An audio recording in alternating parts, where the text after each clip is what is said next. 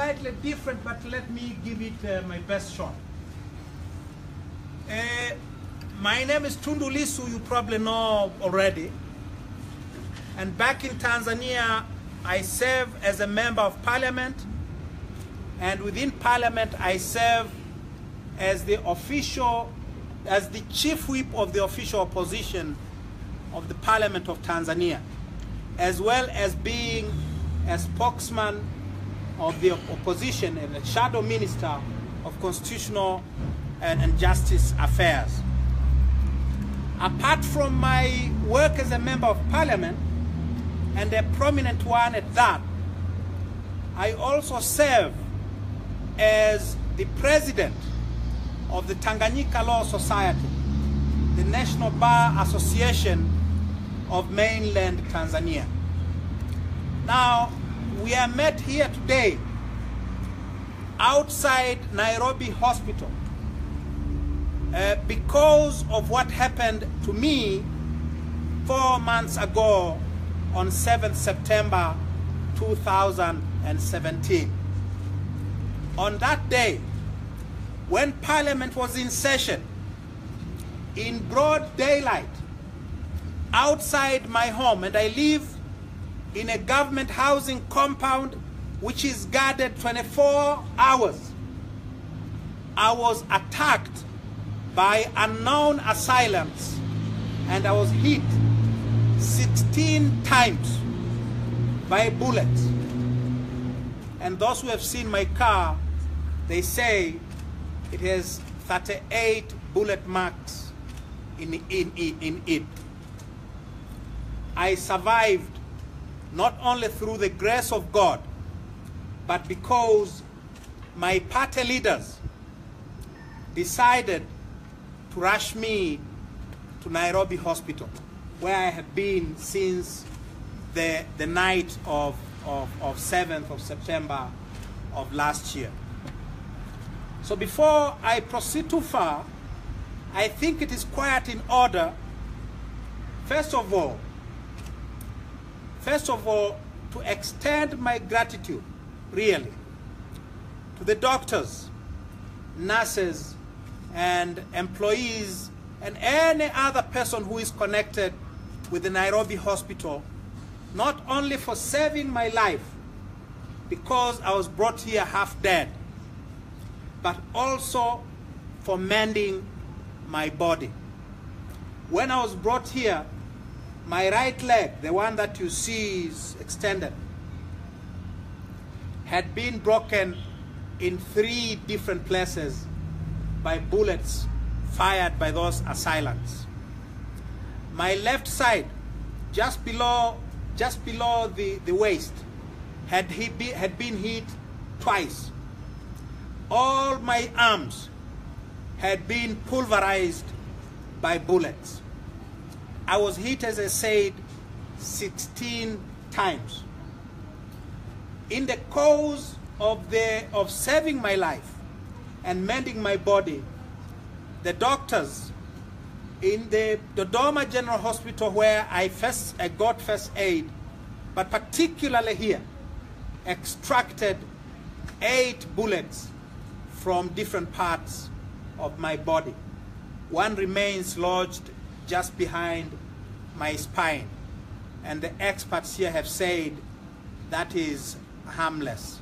It would be more dangerous to try to extract it than to leave it where it is. Today I stand before you because of the work of the doctors, the nurses, and the employees of this hospital. I'm wound-free. All the wounds, the many wounds that I had, have healed. All the broken bones have been mended. I had 17 surgeries, and I can declare before you,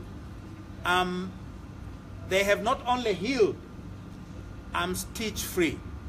Again, thanks to the expertise and the dedication of the doctors and the nurses of Nairobi Hospital. It will also be not good if I did not recognize the massive contribution of my own party and its leaders. One of the miracles that led to my saving my life was the decision by the National Party Chairman, Mr. Freeman Mbowe, who is with us here today, and the leader of the official opposition in Tanzanian Parliament, to insist, despite the objection of government officials and the leadership of the Tanzanian Parliament, that I must be brought to Nairobi. They wanted to take me to Dar es Salaam, where I would have been completely at their mercy. My mwenyekiti insisted that Mr. Lisu will go to Nairobi and will be treated in Nairobi. It is one of those miracles that saved my life. So mwenyekiti, asante sana for your stubbornness, because I'm told, I was half dead by then, I was told you put your foot down, and finally I was brought here. My family is here with me today, and my dear wife has been on my side since that day until today. She's not here right now because we are supposed to travel tomorrow, and I'll talk briefly about that later on. But my wife is not here with us today. She's out in town trying to arrange for our transportation tomorrow. But I have my boys here. I have Agostino Lisu and his twin brother Edward Bulali. They are behind me. I have my eldest brother and the spokesman of our family, Advocate Alute Simon Mwai. My family has been a bedrock. They have been completely supportive, and I think it is appropriate at this stage to recognize not only their dedication, but probably to say that's what families are for. That's what brothers are for, and that is, I think it is very important to point that out. I was hit 16 times. As I say, by what are called unknown assailants. As I speak today, the government of Tanzania and the police force has not said who is the suspect. It has not made a single arrest. It has not given a single report of any investigation. They have not even interviewed me, and I've been interviewed by journalists from across the world. But the Tanzanian police force has not interviewed. I would be the first witness if there was any future case. The police force of Tanzania has not even interviewed me to explain what transpired that fateful day. It has not, apart from making threats against my driver who was with me, it has not made any effort to interview him. In short, there is no investigation going on in Tanzania in respect of this assassination attempt. And I dare say there is not a single investigation going on because I wasn't supposed to leave. Because those who were sent to kill me were not sent to kill me not because of any business deal gone sour, not because I'd have fought with anybody, but because of the political position that I have taken for many, many years, even before I became a member of parliament, but especially so after 2010 when I first entered parliament. I was shot 16 times for denouncing President Magufuli, who since coming to office has turned the country literally into a police state, where newspapers are closed for criticizing the president, radio stations are shut down, newspapermen and other journalists are arrested, beaten up, where even to post a single message on WhatsApp criticizing the government or any of its plans has become a criminal offense. I was shot 16 times for opposing a dictatorship that has been creeping in Tanzania since 2015. That is what I can say anywhere, anytime, and I will defend it. Before I was shot last year, I had been arrested 8 times between June 2016 and July of last year for a variety of reasons, but all have one thing in common: criticizing the government or the president or his ministers or his policies. And that is why, since the attempted assassination, the president has not made a single statement, a single public statement. I'm told he tweeted like Trump. I don't believe Magufuli can tweet like Donald Trump.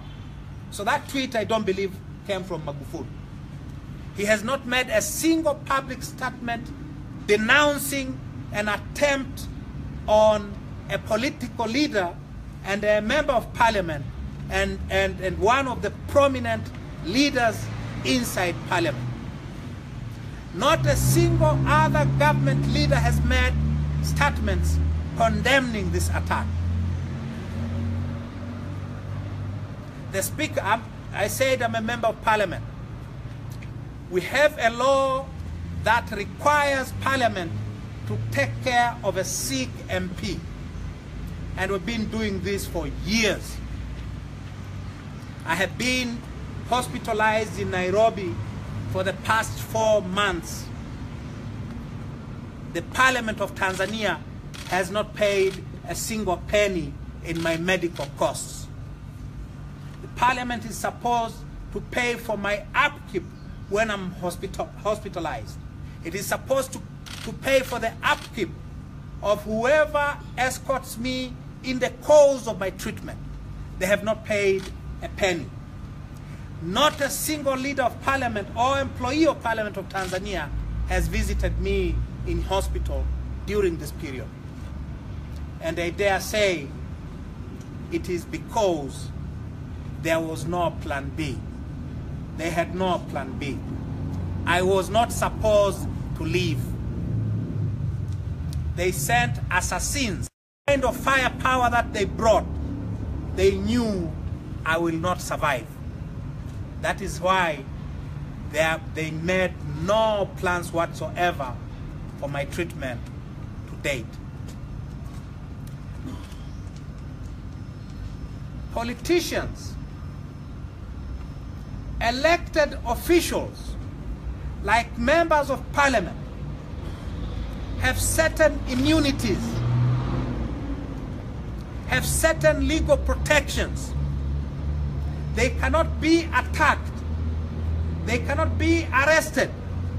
They cannot be molested when they are performing their official duties. That is the law that is recognized all over the world. I was attacked while attending a parliamentary sessions.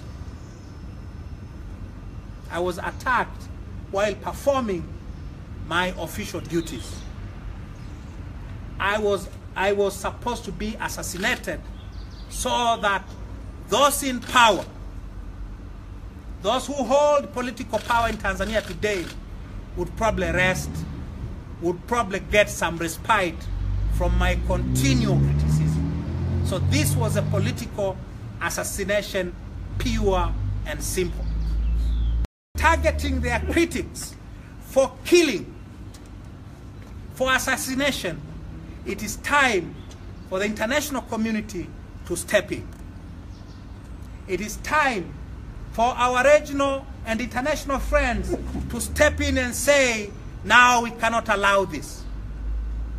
And I speak before you here today, asking you to send the word out to our friends within the region. We are part of the East African community. To our friends outside East Africa, to our friends wherever they may be internationally, to the international community, to get involved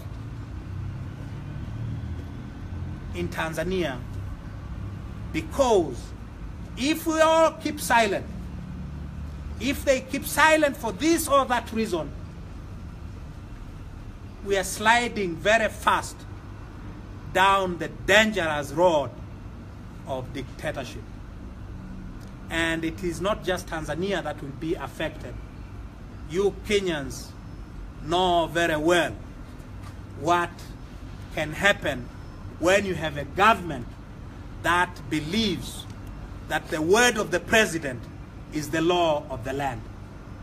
So it is time for the international community, for those who call out themselves the friends of Tanzania, to intervene.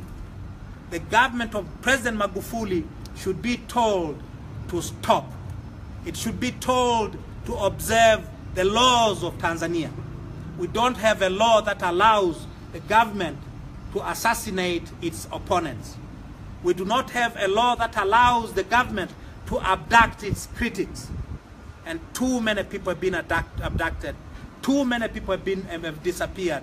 Too many people have been arrested and charged in courts simply for expressing their opinions, which may not be what the government of the day would like to hear.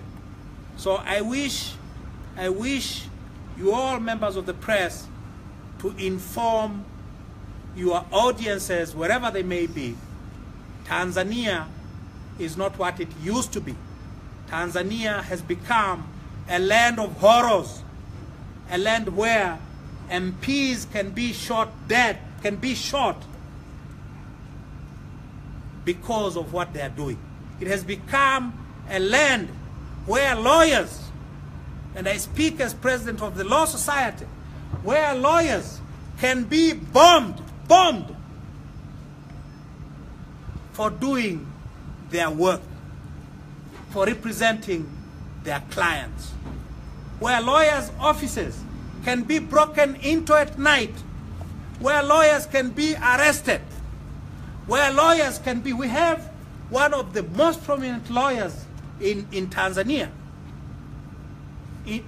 in jail for what appears, to me at least, as completely trumped up charges of money laundering.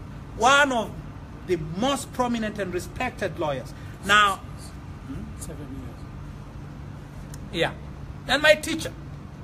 So we have, it has become a land of horrors, where no one is safe, where bishops, prominent bishops, can be called by immigration officials to explain their citizenship simply because of giving summonses in church criticizing the government or the president or the president's policies. It is time our friends internationally intervene. This is the message that I bring to you all. If I have forgotten anything, I would be very happy to answer your questions. Thank you very much.